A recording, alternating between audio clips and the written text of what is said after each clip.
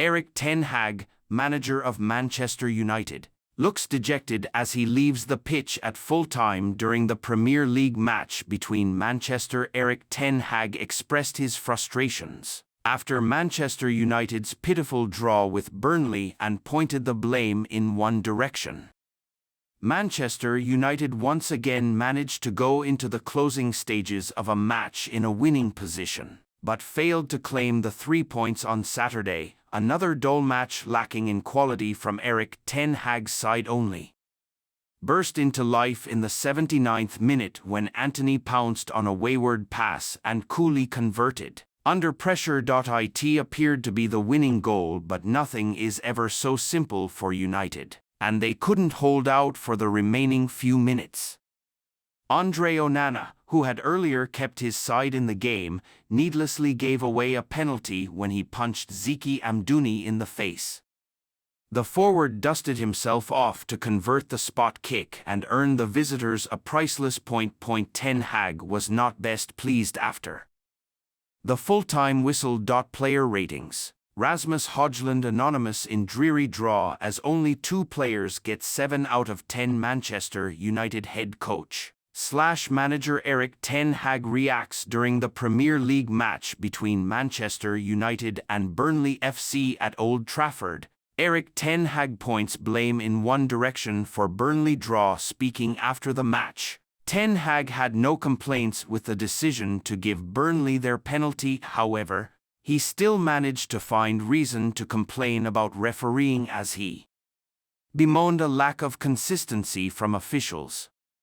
The Dutchman felt United should have had a spot kick themselves for a handball incident similar to the one Aaron Wan-Bissaka was penalised for in the FA Cup semi-final against Coventry City. Speaking to the BBC, ten Hag said, "I can see that it is a penalty, but in the other box I have seen a minimum of 3 penalties. The refereeing is really inconsistent. If you take the penalty last week against Aaron Wan-Bissaka, why wasn't today? There was a minimum of 1 penalty against Garnacho." The manager doubled down on his stance in an interview with Sky Sports via the BBC. When asked if his side were unlucky or lacked mentality, he replied, "Both. Bad luck, and we are not lucky with the refereeing in recent weeks. We've conceded so many penalties. This one is justified, but other ones, if you make Aaron Wan-Bissaka in the final a penalty, then what is this? Where is the consistency? We have to look in the mirror. We made a mistake, but you take responsibility, and they should understand what it means for a team and for a manager."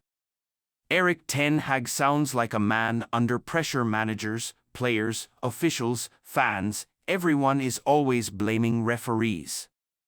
Just look at Nottingham Forest. It's nothing new. But it sounds particularly desperate for a manager to be so forthright in his complaints when his side have just failed to beat a prime relegation contender.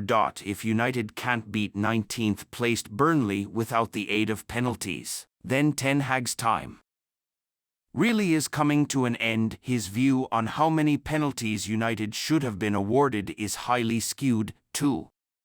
The handball shout would have been harsh to the extreme, and Alejandro Garnacho was not fouled in the slightest after his 60-yard burst into the box. He went to ground looking for a penalty as there was no one in the box supporting him.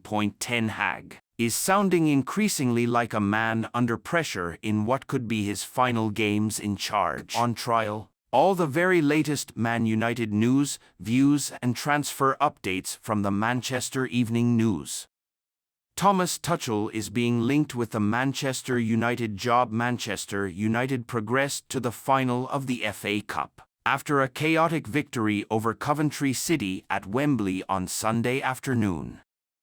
United prevailed 4-2 on penalties after the contest had finished level at 3-3 after 120 minutes. The Reds had led 3-0 but squandered that advantage in the latter stages, meaning the game was forced into extra time.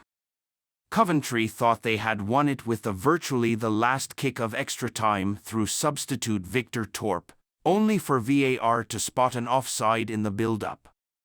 That forced the contest to a penalty shootout and United got the job done, despite missing their first effort through Casemiro. United's reward is a showdown with Manchester City in next month's final.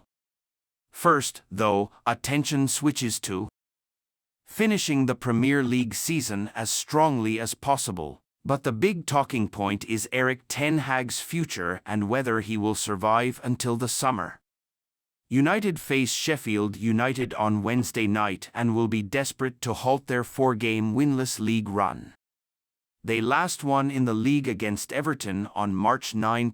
Ten Hag on trial. Until the end of the season, United manager Erik ten Hag will effectively be on trial over the next month.